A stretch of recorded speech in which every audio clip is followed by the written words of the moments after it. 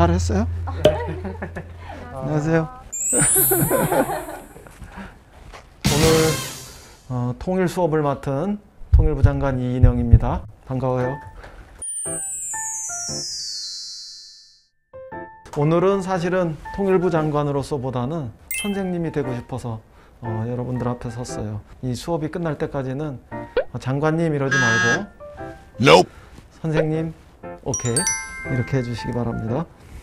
오늘 이 자리에 모인 분들이 모두 우리 통일부가 자랑스러워하는 청년 기자단이라고 얘기 들었어요. 사전에 작성해 준 출석 카드가 저한테 와 있거든요. 제가 부른 순서대로 소감 간략하게 한마디씩 해주기 바랍니다. 우리 정지희님. 네, 안녕하세요. 저는 제14기 통일부 대학생 기자단 단장을 맡고 있는 정지희라고 합니다. 한반도 평화 문제에 대해 굉장히 관심이 많아서 오늘 수업이 정말 기대가 되고 또 다른 기자분들의 의견도 들어볼 수 있어서 굉장히 설레이고 기대가 큽니다. 김인엽님. 네, 안녕하세요. 저도 14기 통일부 대학생 기자단에 소속돼 있고요. 저는 사실 거창한 얘기보다는 장관님과 내밀한 얘기, 개인적인 얘기도 하고. 내밀한 얘기 그 표현을 잘해줘야 돼요. 최효리님. 네, 안녕하세요. 많이 떨리고 긴장되고 막 그런 상황인데요. 앞으로 다가올 통일에 대비해서 어떻게 우리가 준비를 하면 좋을지에 대해서 같이 고민해 보고 싶었습니다. 그러면 우리가 본격적인 수업에 들어가 보도록 하겠습니다. 저도 평소에 우리 젊은이들이 통일에 대해서 어떤 생각을 가지고 있을까 이런 것들이 늘 궁금했어요. 여러분들은 통일하면 어떤 이미지가 먼저 떠오르는지 그게 저는 궁금해요. 사실 저희는 통일에 관심이 있어서 이 자리에 모였지만은 제 주변 친구들을 보면은 제 또래 친구들은 통일 자체에 관심이 별로 없는 것 같다는 생각이 들어요. 뭐 통일 얘기를 조금이라도 꺼내도 지루해하거나 아니면 통일 대화를 이어나가려고 하다 보면 해도 이제 통일이 왜 필요하냐 라는 식의 반응이 많은 것 같아요. 그나마 20대들이 통일에 대해서 관심 있는 문제라면 남자들 같은 경우에 병역 문제가 가장 크지 않을까. 저 같은 경우는 이제 17년도에 이제 탈북을 해서 주변 친구들을 통해서 북한에 대한 생각이 다르다는 것을 이제 많이 느꼈고요. 또 어릴수록 이제 통일이 좀 먼 나라 이야기 좀 그렇게 느끼는 경향들을 많이 봐왔던 것 같습니다. 저는 이 통일이 정말 우리 일상 속의 일이라고 생각을 하는데 근데 막상 이 단어를 들으면은 되게 멀게 느껴질 때가 있더라고요. 그리고 뭔가 이 청년들의 당장 현실적인 고민과는 좀 거리감이 느껴지기도 하고 되게 그냥 가벼운 주제가 아니어서 일상에서 대화하지는 않았던 것 같아요, 친구들이랑. 우리 청년들이, 젊은이들이 통일하면 불가능하다고 생각하는 그런 이유는 뭘까요? 통일은 정말 현실적인 문제인데 우리가 이제 같이 살게 되잖아요. 그랬을 때 이제 되게 뭐 이점도 있겠지만 부담이 먼저 떠올라요. 저는 뭐 예를 들어서 이념이라는 것도 정말 다르고 우리가 문화적으로도 많이 다르고 또 교류할 수 있었던 일이 국민 대 국민 간으로 별로 없어서 그래서 그런 부분이 좀 걱정이 많이 돼요. 네, 어떤 부담, 또 경험의 부재로부터 시작된 그런 살에 와닿는 통일이 없기 때문에 젊은 세대들이 통일이 불가능하다고 생각하지 않을까라고 생각이 들어요.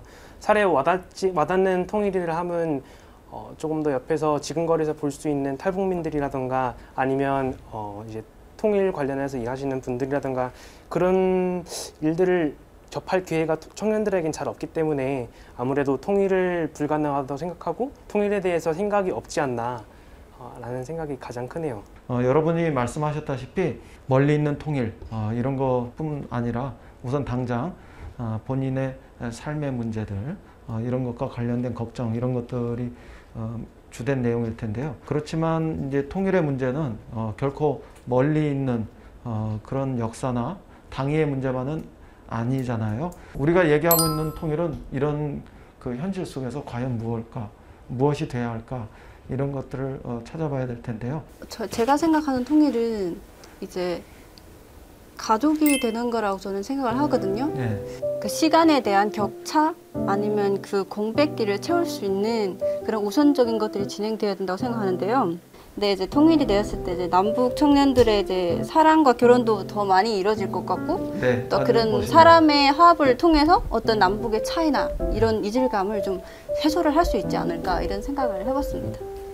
굉장히 멋진 또 우리 인협 친구는 사실 각자의 통일은 다 있다고 생각을 해요.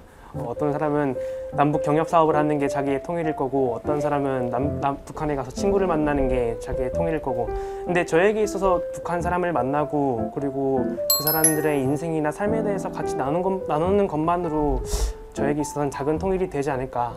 사랑과 결혼, 또 만남과 대화, 또 여행과 기행, 뭐 이런 부분들이 거창한 그 정치적인 이야기 이전에 우리 삶 속에서 펼쳐지는 거, 이런 것들이 삶에서부터의 통일일 수 있다고 생각을 해요. 여러분들의 삶에 여러분들이 그려본 이런 통일이 유익하다면 우리는 통일을 해야 한다는데 동의할 수 있을 거고요. 또 한 발 더 나가서 다른 사람들이 또 우리의 공동체들의 삶에 어떤 유익한 변화가 있다면 그런 것들을 살펴보고 그것이 내 삶에 도움이 되고 해가 되지 않는 한 동의할 수 있을 거라고 저는 생각을 해요. 평화, 구체적으로 수치 같은 걸 가지고 살펴보면 좋은데요. 분단된 상황에 있는 우리나라의 국방 예산이 세계 8위의 규모입니다. 1년에 약 52조의 국방 예산이 투입되고 GDP 대비 국방비 지출 순위를 놓고 보면 세계에서 6위에 해당합니다. 이처럼 과다한 국방비 지출을 우리가 계속해야 할까요? 어쩌면은 통일이 된다면 과다한 국방비 지출은 필요하지 않을 수도 있다고 생각합니다. 평화 상태의 분단이라면 이 국방비는 더 늘리지는 않더라도 더 줄일 수는 없지 않겠어요? 그런 면에서 경제와 관련해서도 조금 살펴볼게요. 이거는 우리나라 경제가 고성장 시대를 넘어서 중성장 시대도 지나서 이제는 저성장 시대로 들어왔다는 얘기예요. 그래서 OECD는 2013년에 한국 경제 성장 엔진이 곧 꺼지고 2031년에는 KDI보다도 더 가혹하게 0% 성장률을 기록할 거라고 전망했어요. 그런데 반면 골드만삭스라는 세계적인 경제기관에서는 GDP 규모가 독일과 일본을 추월한다. 이렇게 전망하고 있어요. 1인당 국민소득은 8만 달러가 넘어가고 그런 면에서는 세계 2위의 국가가 될 수 있다. 이런 전망까지 내놓았거든요. 이 차이가 뭔지 아세요? 통일하고 말고 아닌가요? 예. 이 상반된 그 분석을 하는, 전망을 하는 그 차이는 OECD는 분단된 한국 경제를 이야기하는 거고요. 그 골드만삭스는 우리 인협 씨가 얘기한 대로 통일된 한국 경제 이런 것을 전제로 하기 때문에 이런 큰 차이가 나옵니다. 그 세계적인 신용평가기관 이런 데서는 한국의 신용 등급이 향상되기 위해서는 늘 군사적 긴장, 분단에서 비롯되는 군사적 긴장이라는 지정학적 리스크 이런 것들을 감소시킬 필요가 있다는 점을 지속적으로 강조해 오고 있어요. 그러나 2018년도에 그 평창 올림픽에 이어서 한반도 평화의 봄이 막 피어날 때 실제로 2018년에 우리나라의 채권 보유 규모 또 외국인들의 직접 투자 규모 이런 것들은 역사상 최대치를 기록하는 이런 과정들도 있었습니다. 또 세계적인 그 투자가인 짐 로저스는 통일되고 개방이 되면 앞으로 20년 동안 한반도가 세상에서 제일 주목받는 나라가 될 거고 그렇게 되면 자기는 여기에 자신의 모든 재산들을 상당한 부분들을 투자하겠다 이렇게 그 이야기하기도 했습니다. 맞아요. 제가 기자단 들어와서 짐 로저스 씨를 이제 인터뷰할 기회가 있었는데 만약에 통일이 된다면 낮은 선봉 지역에 가장 먼저 투자하고 싶다고 얘기를 하더라고요. 네. 경제에도 한반도의 평화가 온전히 실현되는 통일의 길로 나아가면 굉장한 유익이 있는 거죠.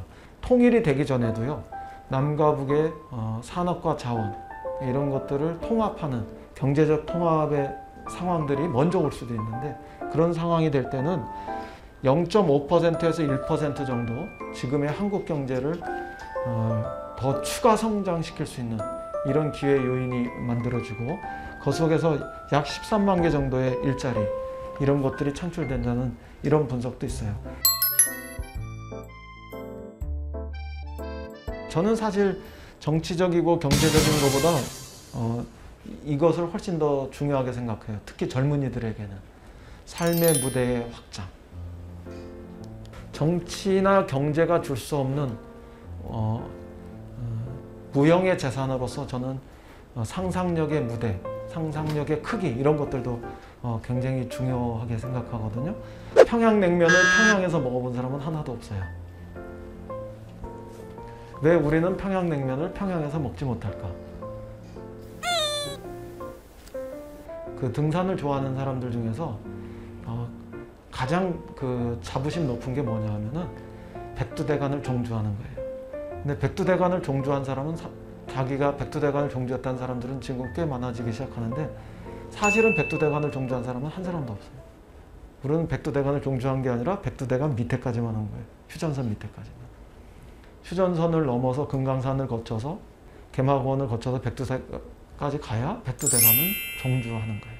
우리 삶의 무대는 지금 우리가 비행기 타고 세계를 향해서 나아가고 배낭여행도 해보고 그러고 돌아오는 것 같지만 사실은 비행기만 타고 세계로 가고 있는 이 현실을 아이러니컬해요.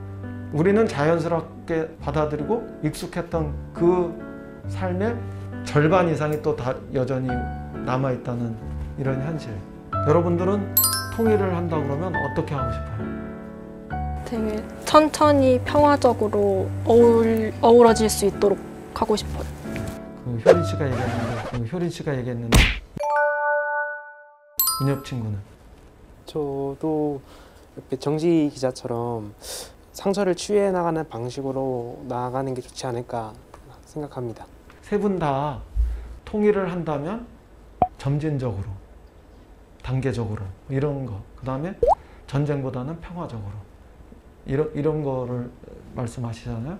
저도 똑같아요. 왜냐하면 우리는 이미 6.25라는 그 71년 전에 엄청난 동족 산잔의 전쟁 이런 걸 경험했고 그 과정에서 남쪽에서는 14만 명, 15만 명이 넘는 군인들이 그랬다고 그러고 죽었다고 그러고 북쪽에서도 50만 명 가까운 그런 군인들이 인민군들이 죽거나 뭐 이런 과정들이 있었다고 해요. 인류는 이제 전쟁을 통하지 않고 제국주의적인 어떤 침략 이런 거를 하지 않고도 한 나라가 다른 한 나라의 성장, 발전 이런 것들을 일으키면서 다시 자기 나라도 성장하고 발전하는 이런 훨씬 더 성숙하고 새로운 발전의 길로 접어들고 있어요. 우리가 북을 바라보는 시각도 좀 그랬으면 좋겠어요. 북에게 툭하면 뭐 퍼준다. 뭐 이런 걸로 생각할 게 아니라 우선은 대한민국 경제가 더 커지기 위해서 대한민국이 더 발전된 나라가 되기 위해서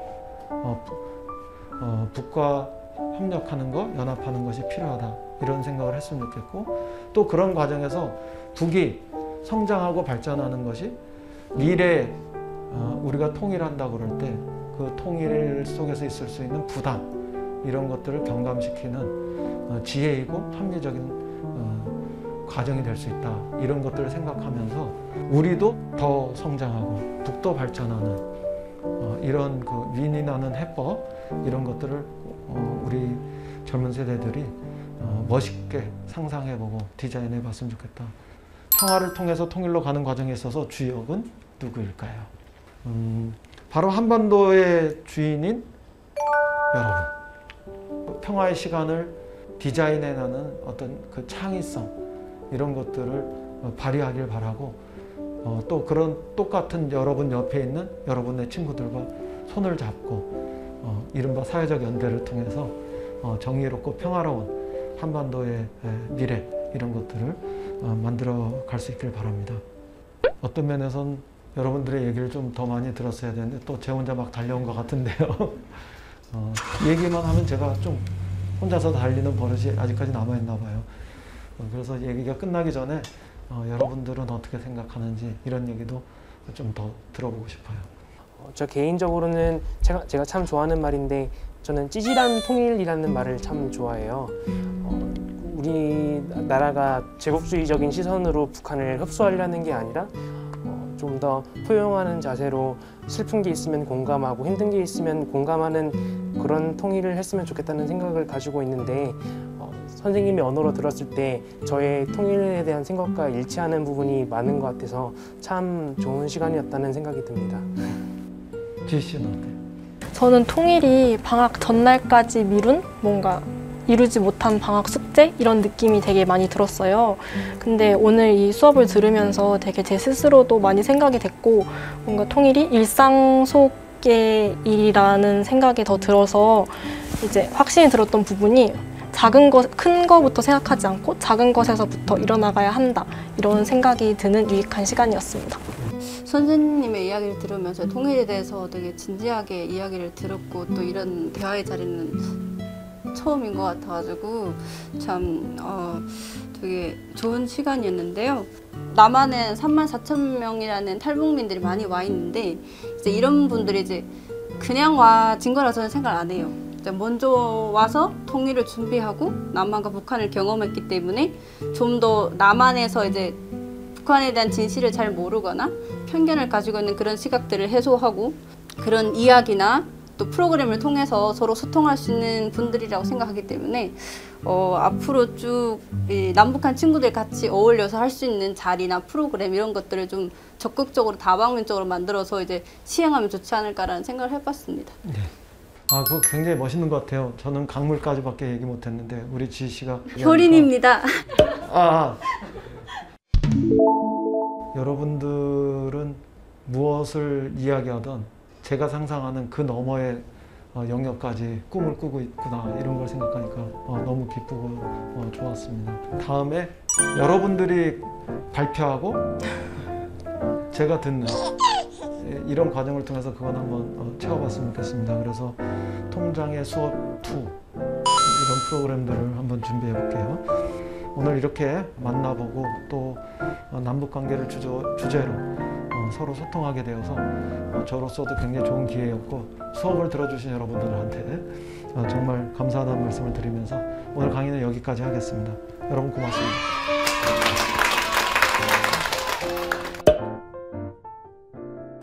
아까 그리고 이름을 좀 잘못 부르셨는데 좀 그거에 대해서는 좀 서운한 영상편지 한마디만 해주실 수 있어요? 네. 안녕하세요 장관님. 저는 제14기 통일부 기자단 정지희라고 하고 다음에 만나 뵙기를 기대하고 있겠습니다. 감사합니다. 오늘 장관님한테 제 이름을 꼭 심어놓으려고 왔는데 이제 실패를 한 것 같은데 꼭 기억해 주셨으면 좋겠고 다음번 기회에 또 불러주십시오. 감사합니다.